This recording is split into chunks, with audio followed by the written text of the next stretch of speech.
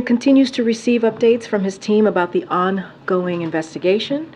These students were taking part in a uniquely American tradition, gathering with family and loved ones to celebrate Thanksgiving. They should be back in school with their classmates, not in a hospital room. The President, First Lady, and everyone here at the White House join Americans across the country in praying for their full recovery, and we send our deepest condolences to their families and the broader Palestinian, Arab, and Muslim American communities. While we are waiting for more facts, we know this: there is absolutely no place for violence or hate in America. No person should worry about being targeted while going about their daily lives. And far too many Americans know a family member injured or killed as a result of gun violence. We cannot and we will not accept that. Our thanks go to the Burlington Police Department, the FBI, AFT, and other law enforcement partners for their swift work identifying and arresting a suspect last night. Now on to the news of the day and what you're going to hear from the President in a couple of hours. So I want to say a few words here about what the President has been doing to work in lowering costs. This holiday season, families are seeing lower prices on everyday items from gas to groceries. As holiday shopping starts, shelves are stocked and prices for toys, TVs, and used vehicles are all down from last year. And we just saw record Black Friday sales. In a couple of hours, President Biden will announce 30 new actions to strengthen supply chains and make sure families get the products they need when they need them. That includes creating the Council on Supply Chain Resilience, invoking the Defense Production Act to mitigate drug shortages, making new investments in clean energy and our food systems, and improving supply chain monitoring. These actions build on President Biden's previous work to improve supply chains, signing an executive order to get goods moving again, establishing the Supply Chain Disruption Task Force, and investing in our transportation and industries of the future through the Bipartisan Infrastructure Law, CHIPS Act, and Inflation Reduction Act. This work helped unsnarl supply chains and lower inflation. On Thanksgiving 2021, more than 100 container ships were waiting to dock at U.S. ports. This Thanksgiving, it was just 8. And supply chain pressures have declined from record highs to a record low. As the graph behind me shows, inflation has fallen as supply chain pressures have eased. Republicans in Congress want to undo that progress by cutting investments in infrastructure, manufacturing, and also workers. That will offshore jobs and make our supply chains more vulnerable. And they want to cut Social Security, Medicare, and Medicaid while providing giveaways to the wealthy and big corporations. Now, the President won't let that happen. He's lowering costs for hardworking families, not for millionaires and billionaires. And finally, while we're talking about lowering costs for American people, I also want to highlight the President's work to bring down the cost of health care. Meanwhile, congressional Republicans are working to rescind health care coverage for millions of Americans, gut coverage for pre-existing conditions, restore insurance companies' ability to kick you off your coverage if you get sick, throw Americans up to age 26 off their parents' health care, charge women more than men, eliminate free mammograms and colon cancer screenings, slash Medicaid, and increase drug costs, all in the name of new tax welfare for wealthy special interests.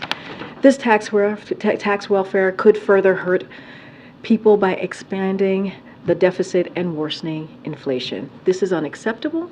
We will not stand for this. We need to be asking the wealthy to pay their fair share so we can invest in lower costs for hardworking families, not selling hardworking families out with higher cost healthcare costs so the wealthy can gain a new tax windfall. And with that, I have John Kirby here. The Admiral's here to give an update on what's happening in the Middle East and take any other foreign policy questions you may have. All right. Good afternoon, everybody.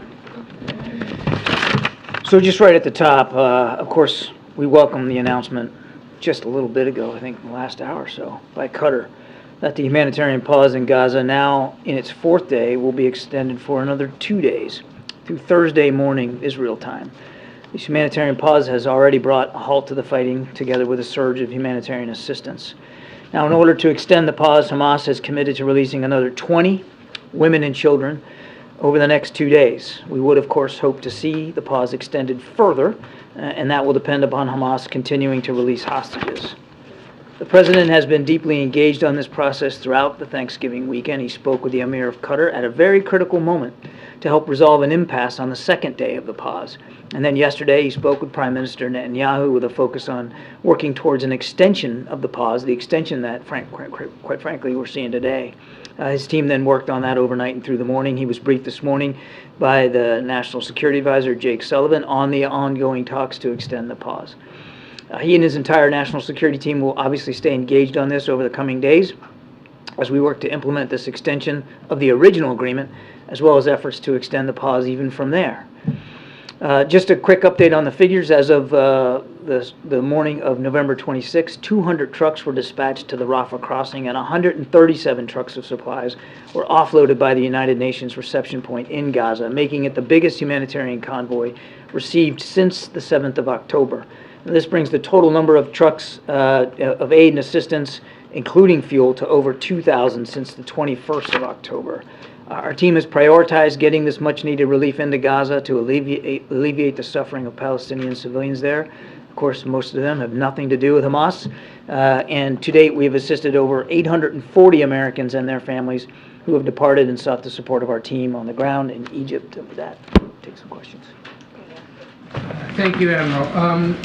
A few things here. The President called conditional aid for Israel a worthwhile thought. Is he actually considering conditioning aid or not? What he also said, right after acknowledging that it was a worthwhile thought, was that the approach he has chosen to take so far has produced results and outcomes. Many of them I just walked you through in my opening statement. So the approach that we're taking with Israel, and quite frankly with our partners in the region, is working. It's getting aid in to people that need it. It's getting a pause in the fighting. It's getting hostages out. It's getting Americans out. And quite frankly, we continue to urge and will continue to urge the Israelis as they conduct military operations to do so with the utmost care for innocent civilian life. Democrats in his party who say we need to start conditioning aid going forward, what would he say then? I think he would say exactly what he said to y'all yesterday when he got asked this question. It's a worthwhile thought, but the approach that I'm taking now is working. The approach that we're taking now is working. It's getting results. The increasing dangers to U.S. military personnel in the Gulf.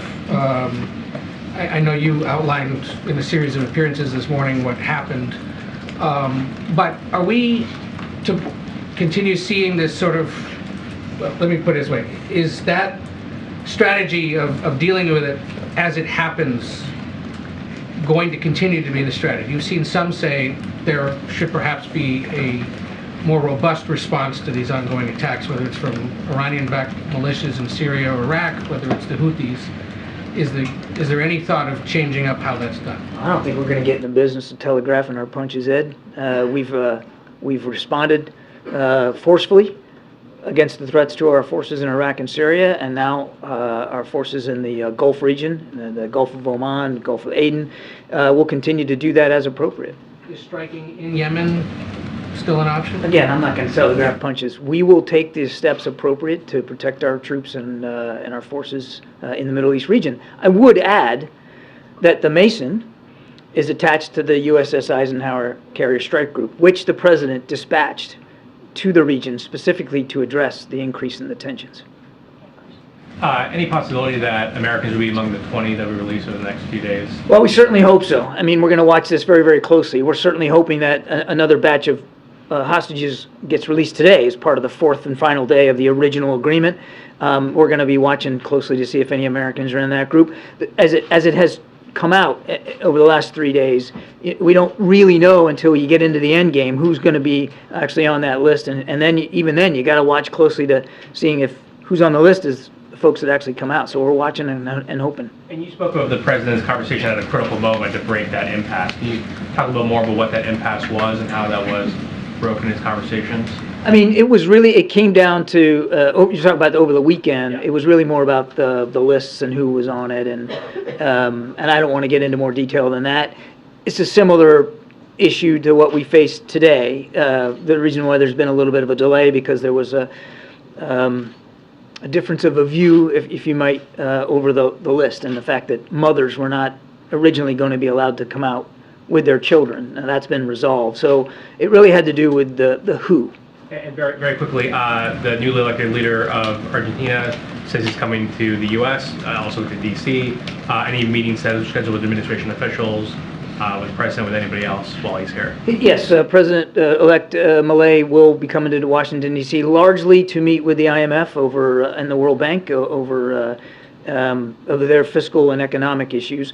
But while he's here in town, he'll have a chance to meet with some National Security Council folks, including Jake Sullivan. No plans to meet with the president, right? Like No plans to meet with the president. The president will, as you think you know, be on travel in the middle of the week. Thank you. On the remaining Americans who are being held, do you have any more clarity on whether they're being held by Hamas or with one of these other terrorist groups? No.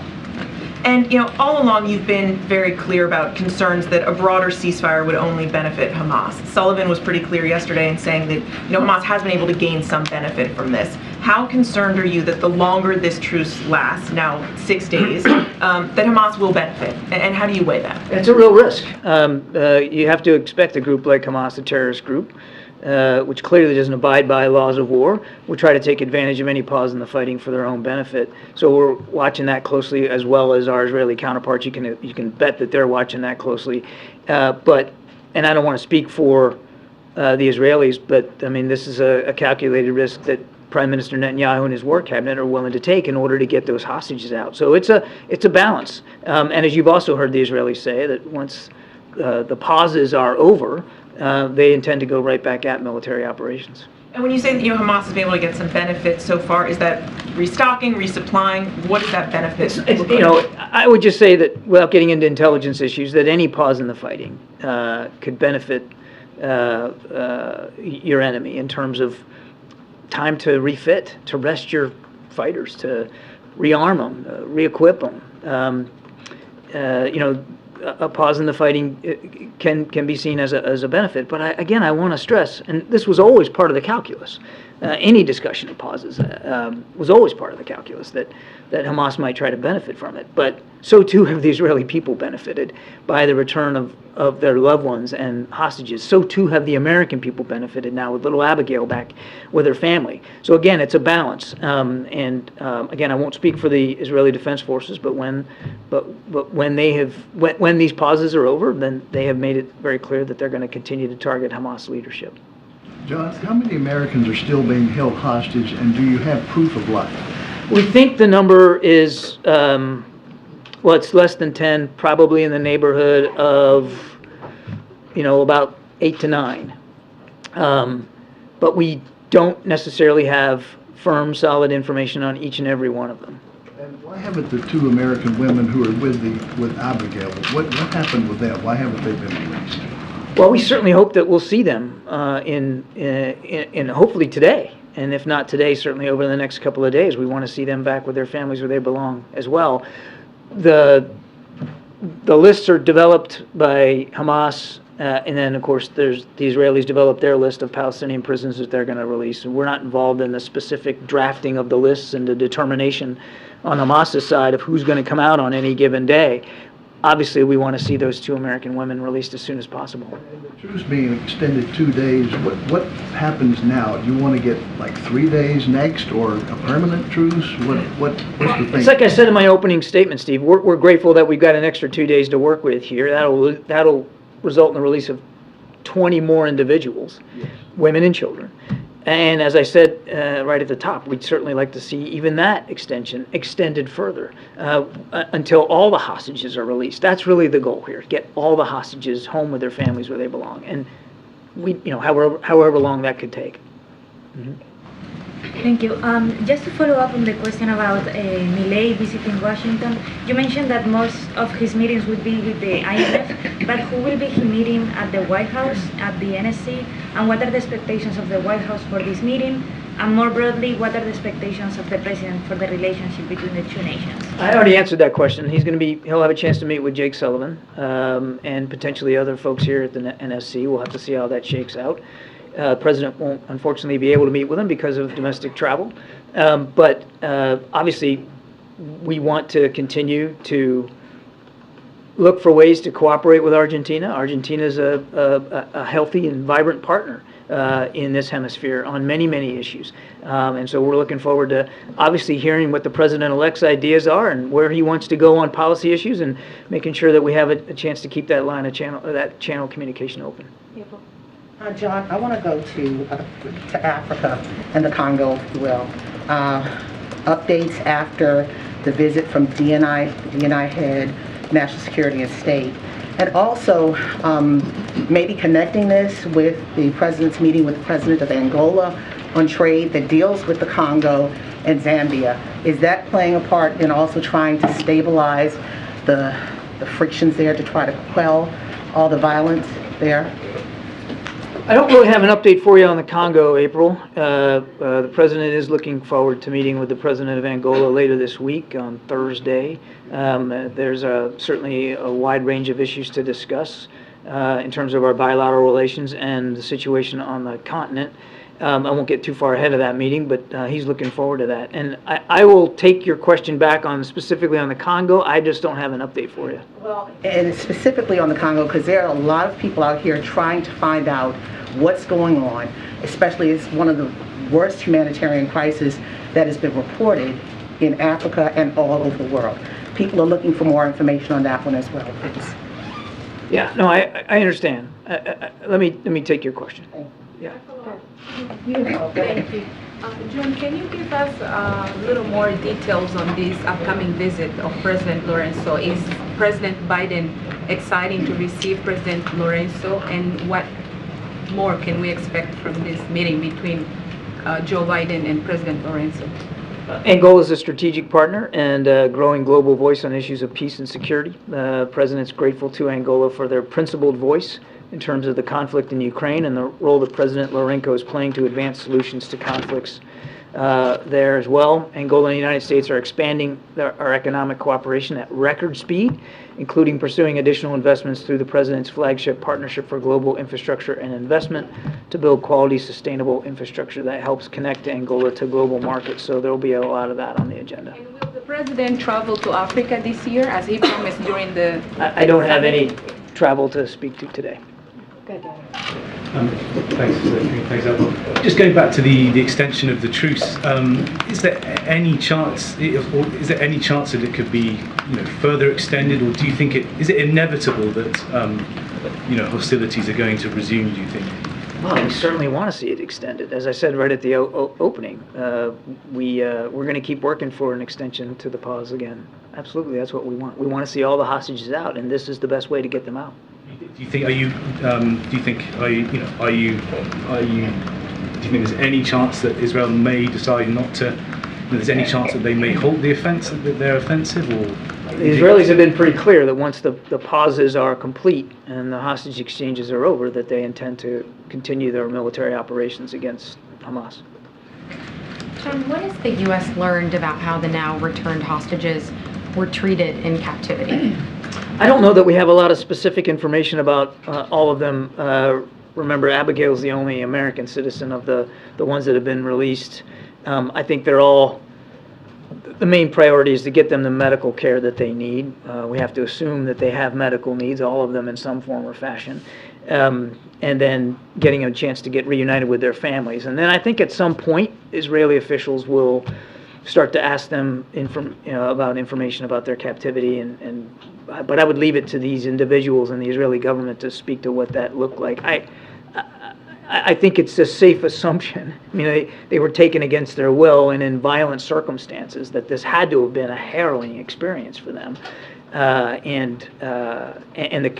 We also have to assume that the conditions in which they were being held were obviously less than ideal, given what Hamas has proven capable of doing. But I just don't have a whole lot of specific information on each and every one. I think it's important to also remember that Hamas likely doesn't hold each and every one. And so being held by Hamas, probably they had hostages in more than one location.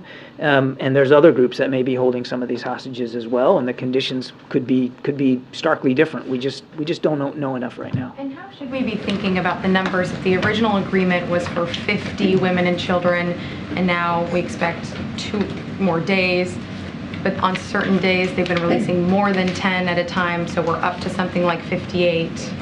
Well, right. I mean, remember, you had 50 plus coming out was the original deal. It wasn't just, I think it was a little bit more than 50 was they agreed to.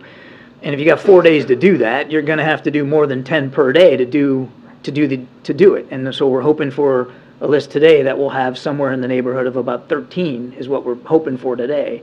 So that's just basic math, trying to do 50 in 4 days. The extension is for an additional 20 over 2 days. And so we'll see how that shakes out. And then finally, what does the 2-day extension mean for getting more aid into Gaza, and what will the U.S. be able to help facilitate in terms of those 48 hours? It's a great question. With every single day, and this is the part of this hostage deal that probably doesn't get as much attention as it deserves, it has allowed for a surge of humanitarian assistance into Gaza. I just gave you the numbers today, 200 trucks just today, and that brings, again, since the 21st, it gives a total over 2,000, including fuel, and that's not insignificant. That fuel is now getting in tens of thousands of gallons per day. So another 2 days, I mean, my goodness, that gives you the chance for dozens more trucks and tens of thousands of more gallons of fuel that can get into Gaza to people in need. So we're going to take advantage of every hour of every day that there's a pause to try to help the people of Gaza. Thanks. John, can you talk a little bit about how the president's involvement in all this has impacted other priorities? Thinking about COP28, reports say he's not going. Would he have gone had he not been needing to deal with this? Well, I've seen some press reporting on that. I don't have anything to speak to with respect to travel to COP. Look, yes, the president has been very much focused on the conflict between Israel and Hamas over the last month or so, clearly. I mean, well, more than a month. Obviously, and as I said in my opening statement, he was working the phones over the course of Thanksgiving weekend, and I suspect that he'll continue to work the phones in coming days, without question. But at the same time, he's also working across a range of issues. I mean, Karine just laid out for you what he's doing on the economic front here at home, and in the middle of meeting with President Xi in San Francisco, he was also calling the Emir of Qatar and Prime Minister Netanyahu, but didn't stop him from dealing with issues of Indo-Pacific security. He's the commander-in-chief, which means he has global responsibilities, and the president is more than capable of handling them on any given day. May I also ask how the concerns here domestically, the calls for a ceasefire, the anger about violence, has impacted the president's discussions these last few days? And also, like, how does he hope, and how does the administration hope, the pause and the extra trucks that are coming in that you're talking about, does he hope that will quell some of the anger? Does the administration hope that will quell the anger, ease some of the pain that the country is feeling? The president understands that there's strong feelings here on multiple sides. He understands that. He respects that. There's strong feelings. He also believes, right down to his core, that the approach we've been taking has been getting results. It has helped enable Israel to deal with what is, quite frankly, a genocidal threat to their existence by Hamas, by giving them some additional security assistance, and, quite frankly, sharing with them our perspectives and advice and counsel on the conduct of military operations, to do so in a way that is as careful and deliberate as possible, obviously with the acknowledgement that these are their operations to plan and execute and speak to.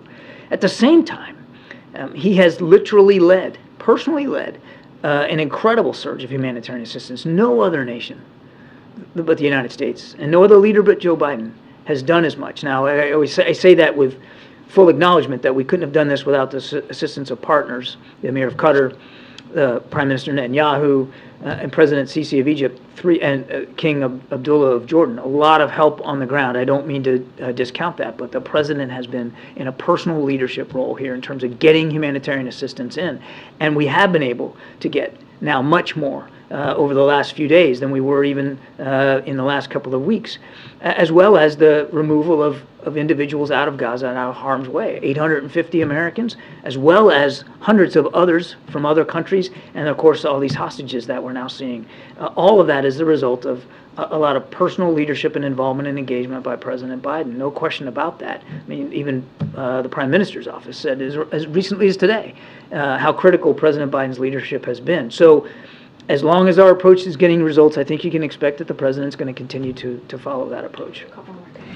In his conversations with his counterparts, has the President received any reassurances that the 2 American women will be released today, and if not today, in the next 2 days? We hope that they will be released today, but we won't know until we see the list and we see who actually comes across. We want to get them released right away. When do you expect to see the list, and are there any holdups that you are still working through now? I'm not aware of any other additional holdups now that the one sticking point was whether 2 mothers could come out with their children. It looks like that has been resolved, and they will be. I mean, my goodness, I mean, we're talking about letting little kids go without their moms. So that got resolved, and that's a good thing. But again, we'll have to see. We won't really know who comes out, regardless of the list itself, until you actually get them on the other side, on the receiving end, and can identify them and know, in fact, that who you have is who you thought you would have. Do you have any information on the conditions of the other American hostages? No, I think Steve asked that question. I don't have any more information. And lastly, have negotiations started about the next phase of the release, and that would include men? Well, right now, we're focused on this extension here for 20 more hostages over the course of 2 days, and as I said in my opening statement, that extension applies only to women and children. So we're going to focus this a piece at a time. We're glad that we got to day 4 here. We won't breathe a sigh of relief until we know we've got today's hostages out. And the team is already working, our team working with our partners in the region, already working on this 2-day extension for 20 more. And as I said at the top, if we could extend that, we'll want to see it keep extending until we can get all the hostages out. Thank you. Admiral, we're seeing that Saudi Arabia is pressuring other OPEC Plus members to reinstate those oil supply cuts. Wondering what your level of concern is and what you see as the impact on inflation in the U.S. Well, I think I'll let OPEC leaders talk to their plans. As far as I know, there's been no announcements here of any production cuts, so we'll let them speak to that. The President's going to keep focusing, as he has been, on a healthy global market that's properly balanced and that can continue to bring the price of gasoline down here in the United States. Thank you so much, John. CENTCOM is reporting that the carrier strike group Eisenhower has entered the Arabian Gulf. What message is Washington trying to send to Tehran with this? Does this mean that they're not heeding the call to not widen the conflict? The great thing about aircraft carriers is they can move around pretty easily, and we move them around as needed to demonstrate our commitment to our national security interest in the region. Look, the message of the Ike and the message of the Ford, the message of the additional aircraft squadrons that we send into the region and the air and missile defense assets, all of that is one to any actor in the region, be it a nation state or otherwise, that this is not a time to try to take advantage of the conflict between Israel and Hamas and escalate or deepen this conflict, make it worse. That's the message that we're sending. Is this targeted at Iran? It's targeted at any actor in the region, nation state or otherwise, that might have considerations of widening this conflict. Thanks a lot, Karine. John, in your statement at the top, you thanked the government of Qatar for this 2-day pause that has been reached. What level of involvement was the U.S. government in securing this agreement? Very much so. I also mentioned in my opening statement that President Biden has been personally involved in getting the original deal in place and loosening up a snag that happened over the weekend, as well as working with partners, Qatar and Israel specifically, in the last 24 to 48 hours to get this extension announced. Congress comes back tomorrow. What's the priority level for securing those aid packages for both Israel and Ukraine? Very, very high, John. I mean, we desperately need the supplemental funding that the President asked for. And I would remind members of Congress as they come back to work that the figures in that supplemental request are well informed by our Ukrainian partners and our Israeli partners. We didn't just pull those figures out of thin air. It was very much in keeping with what our partners have told us they need for the coming months.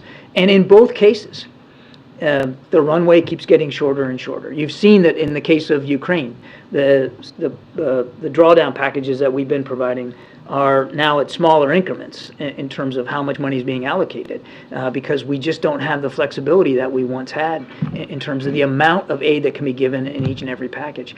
And look, we're in a critical time here. Winter months are upon us. They're upon the Ukrainian army particularly, and it's going to be tougher and tougher for them to conduct operations when the weather gets less conducive to do so. So we hope that when Congress comes back to work, that they'll act with the same sense of alacrity that we've been trying to act in terms of getting that supplemental through. There was reports saying that the president said that he's sorry and he's disappointed in himself after meeting with the Muslim leaders. Do you think that the president could have done more to show sympathy towards Palestinian civilians who are being seen as even-handed? I'm not going to discuss reports of private meetings. As I said earlier, the president understands there's strong feelings here on all sides.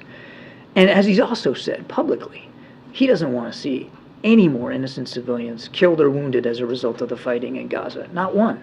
I mean, the right number of civilian casualties is 0. We understand there have been many, many thousands of them. And we understand that with each and every one of those data points as a grieving family. The president understands that. And that's why we're going to continue to urge our Israeli counterparts as they go back, they plan to go back to military operations, that they do it in the most discreet, deliberate, careful, cautious way possible. The aim of this war by the Israelis is to destroy Hamas and to kill its leaders. One of its leaders is Yahya Sinwar. He's the guy who signs on the hostage deal. Yeah, I know he is. Can you explain this complexity of, on one hand, Israel wanted him dead, but at the same time, he's the one who decides how many hostages are going to be released. I mean, just help us to understand how complex is that, and is this a way to? Is this like a strategy to keep from Hamas to keep on releasing less hostages on the hope that he won't be targeted or will be... You're asking me to kind of get into the psychology of Hamas, and I'm just not going to do that. What I can tell you is that the Israelis have a right and a responsibility to go after this threat posed by Hamas, and certainly as a part of doing that, to go after their leadership, which they have done. And they have talked about the leadership that they have been able to take off the battlefield of Hamas. It's a strategy that we executed ourselves against ISIS and against Al-Qaeda. There's a logic to going after the leadership of a network. But in the meantime, there are Hamas political leaders that Qatar has connections with and communications with that they are working with to secure the release of these hostages. Last question. Thanks, Karine. Just to follow up on the worthwhile thought remark that the president made, I understand he also said he's standing by his approach, but was he saying that he's open to conditioning aid in the future as well, given that this is something he described in that way? I'm not going to get ahead of the president on this. I think he was very clear. Yes, it's a worthwhile thought. He acknowledged that. But he also said, in the same breath, that the approach that we've been taking thus far has produced outcomes and results that have not only benefited the Israeli people in terms of their security, but the people of Gaza in terms of humanitarian assistance and the release of so many Americans now just to walk out through the Rafah crossing. So we're going to keep working on those approaches, on results-based approaches.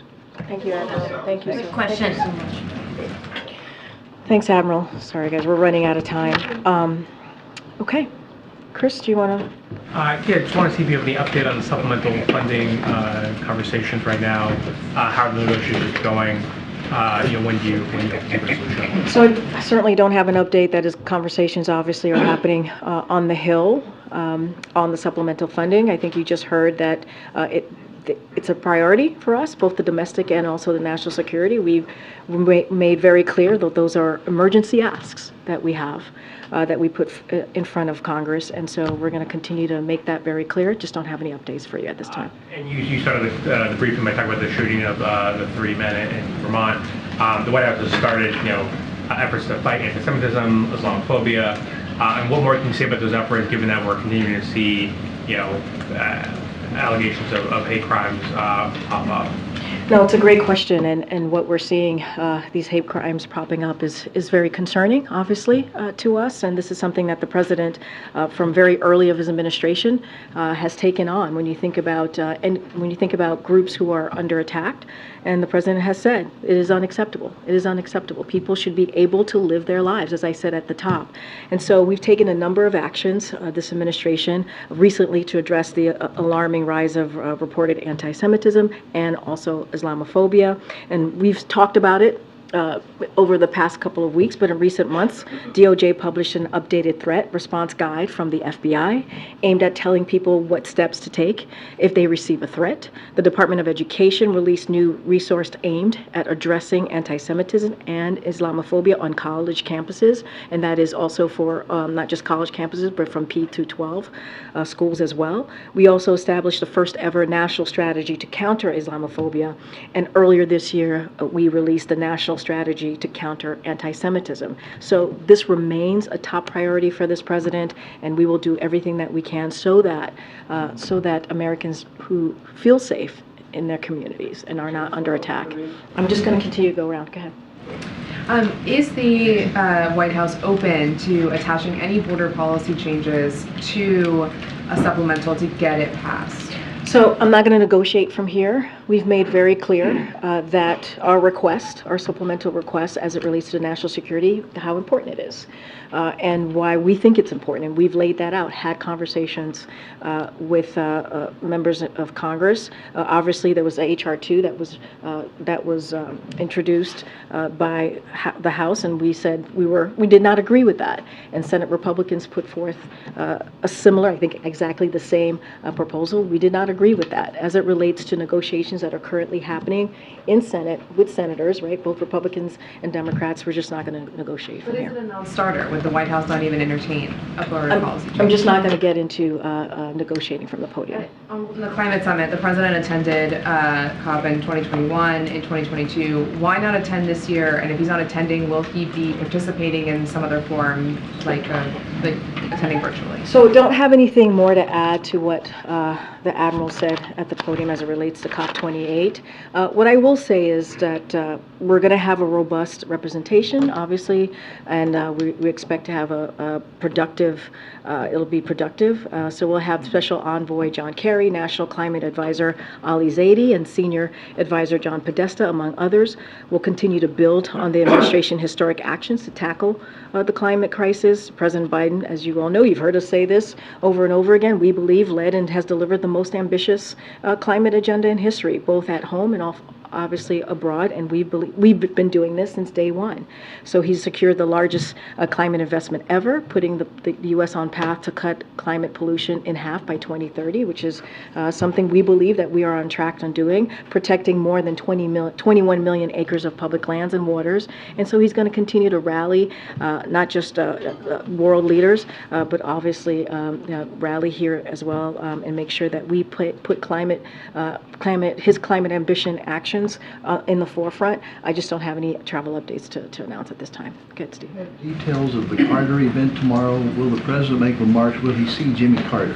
So I do have a couple things to say about that. As you know, the president and the first lady and the vice president and the second gentleman are going to be attending tomorrow, the event tomorrow.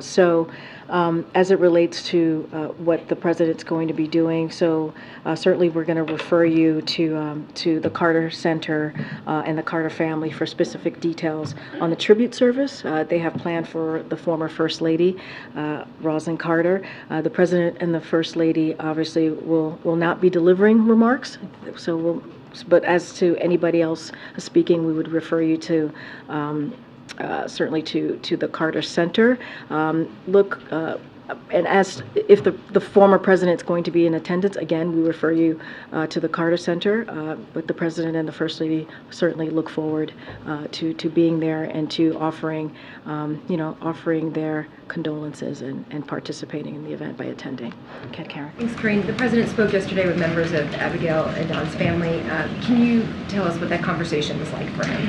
So look, you heard from my NSC colleague, the Admiral, about, and you heard from the President. You heard from the President yesterday speak to the importance of getting Abigail home. As you know, she celebrated her 4th birthday while she was in captivity, and how important he believed it was to get her home, but also the American hostages who are being held, and also American hostages who are being held more broadly globally. And you've seen the president's commitment to that since day one. I'm not going to get into private conversations from here. I think the family, her family have done interviews, and there's been some pretty emotional quotes from the family. Just not going to get into that, but it is the president's priority. It is incredibly important for the president to get these Americans home. And what is the communication like right now between the White House or the administration and the families of the other Americans who are being held hostage? We know the president had that conversation weeks ago.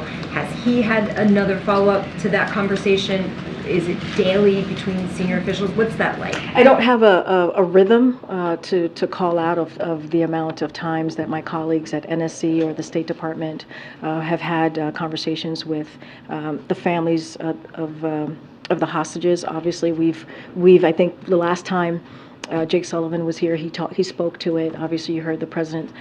We've read out the president's calls. I just don't have anything to share at this time on any additional conversations. But again, it is the president's priority to get home the hostages, especially obviously the American hostages, which is why these pauses have been so important to get humanitarian aid in, obviously, to the people of Gaza, but also making sure that these hostages go back to their families and friends who love them dearly and are missing them. Okay.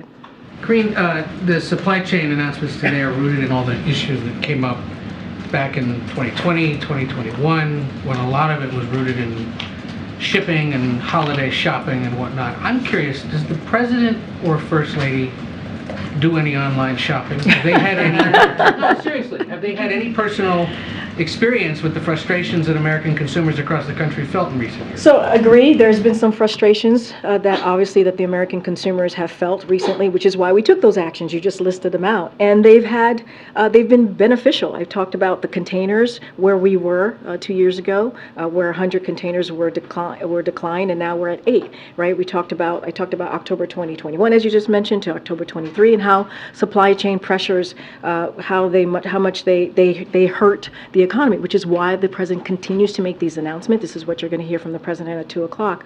Look, I can't speak to the president or the first lady's shopping strategy, how they go about it, but they understand what Americans are feeling. That's why we keep talking about lowering costs. That's why we're talking about something that's so important, like supply chain, as it affects the economy. But look, what we believe is the president's action, the actions that he's taken has worked. And we see that with the holiday season, right, with families and how we've seen lower prices coming down. So no word if he's shopping at Amazon. Well, I could say this. For Commander. I could say this. You saw the president on Saturday, right, on Friday, small business, but how important it is, right? Shopping for making sure that, small businesses are an important part of the economy. And you saw the president, the first lady, and his family making sure that they were visiting small business on going into the holidays. And I suspect if we polled the room, many of us will probably ask some version of the following question. Okay. Given the president's sagging poll numbers and the fact that he is currently placing behind any Republican opponent, has there been any talk in this White House about a change in strategy or staffing going forward in reflection of those numbers to continue to show him underwater? No. And there was also a call out in recent weeks to staff, to senior officials, that if you want to go by the end of the year, go. Otherwise, you're here for the duration of the rest of the term. Should we be anticipating any departures of either cabinet officials or other senior officials? Look, I can't speak to people's personal decisions. We don't have anything to announce at this time, and we're going to continue to do the work that the president set out to do. And we just talked about supply chains. We just talked about the economy. We've been talking about the president's leadership globally, especially in the Middle East. That's what we're here to do and focus on. That's what I'm here to do to focus on. I just can't speak to people's decisions. Okay. Karine, I had an in-depth conversation with Stevie Wonder last night, who is... I love Stevie Wonder. Again, for the serious question, I had an in-depth conversation with Stevie Wonder last night, who is requesting a meeting with the president. He's very concerned about the black agenda falling along the wayside and issues like laws of 50 years ago that are now being abolished or gutted, to include issues like the Voting Rights Act, what happened in Arkansas last week, affirmative action, Supreme Court, we've seen it, ban on books, and he's also even brought up issues of the Congo and the lack of information from the White House. Is the White House amenable to sitting down with Stevie Wonder, who has met with presidents throughout history, to include Ronald Reagan? He was one of the major impetus for getting the holiday for Dr. Martin Luther King Jr. And also, he was one of those who worked with President Obama in his efforts to become president. Is this president amenable to meeting with Stevie Wonder, who has these concerns? And you're right, April. What you just laid out in your question is incredibly important. And so we take that very, very seriously here. Can I just say a couple things about Stevie Wonder? He is indeed an icon who's made tremendous contributions to the civil rights movement and also voting rights. And as you just listed out, he was one of the main voices in getting Dr. Martin Luther King Day. And we appreciate that. We appreciate his brilliance, and we appreciate what he's been able to do on behalf of the community. So I can't, as far as a meeting with the president, certainly I'm not aware of any meetings with Mr. Wonder or any scheduled meetings, and I don't have anything to announce, obviously, at this time. But I also want to say that on the president's first day in this administration, he has taken this very seriously as it relates to what we're seeing, right, as it relates to racial inequality. He called it one of the 4 major crises that we have to deal with as a country when he stepped into office. And one of the things that and I know you've covered this very closely, he signed an executive order to initiate a whole of government approach to implementing his equity agenda. And a couple of things that he did. He worked to protect the right to vote through executive actions and continued to calls for legislation. Took executive actions on police reform when congressional Republicans would not sign the George Floyd Justice Policing Act. And so he's taken actions to make sure that we are protecting the right to vote. He spoke to the affirmative action, what we saw SCOTUS do, and he spoke to that, and he said, and I'll quote, "We should never allow the country to walk away from the dream upon which it was founded. The opportunity is for everyone, not just a few." And he stands by those words. Follow up on that. Yeah, sure. But Stevie Wonder is not alone in this thought. Obviously, yeah. Yeah, he's not alone in this thought. He's very upset. And he's even looking at this issue of courting black males. I mean, he just wants to have a conversation with is the president amenable, as he is a leader, as he has met with other presidents on major issues of rights, humanitarian rights, as well as civil rights. And look, you're right. It's not just an issue that Mr. Stevie Wonder has, right? As you know, we've met with civil rights leaders multiple times, the president himself, the vice president as well, and have sat in rooms listening to them and listening to their concerns, and also taking in their feedback. So we've taken this very seriously, very seriously. That's why we've taken the actions that we've had throughout the past almost 3 years in this administration. That's why we're going to continue to be vocal about the importance of making sure that we keep a door of opportunity for communities. That's why when you think about his economy, what he's put forth on his agenda and policy, when you think about all the policies that he's put forth, there's always been equity at the center of that. So this is something he takes seriously. Again, I don't have anything to share about a meeting with Mr. Stevie Wonder, but obviously this is something that both the president, the vice president, and also the first lady takes incredibly seriously. And you see that. You see that in the actions that we have taken, whether it's policy actions, whether it's speaking out and speaking up about what we're seeing from Republicans, extreme Republicans on the other side of Pennsylvania Avenue, and what they are trying to do in taking away voting rights, or what we've seen from the Supreme Court justice in taking away certainly affirmative action, which we think is incredibly important, and we're going to continue to speak to that. Seriously. Thanks, Karine. On lowering prices, you said earlier that the actions the president has taken have worked. So is it your sense that when people were home for Thanksgiving, catching up with their family members, they were saying to each other, can you believe how much more affordable things have gotten? So honestly, I wouldn't, I hear the question, but I want to make sure this is very clear. We take that very seriously. We take what families, the decisions that they make at their kitchen table, whether it's during Thanksgiving or whether it is every month as they're trying to make hard decisions about how they move forward with taking care of their family. We take that very seriously. It's not a joke to us. It is important to us. This is the president who talks about it in a very personal way when he talks about what families have to go through, working families, middle-class families, and that's why he's taking actions that he has. And so, look, the fact is, the data shows that the economy is improving. The data shows that households remain in a strong financial position. Household wealth is at a record high, with lower income households seeing the largest gain since the pandemic. Those are indeed what we're seeing. But we don't take lightly.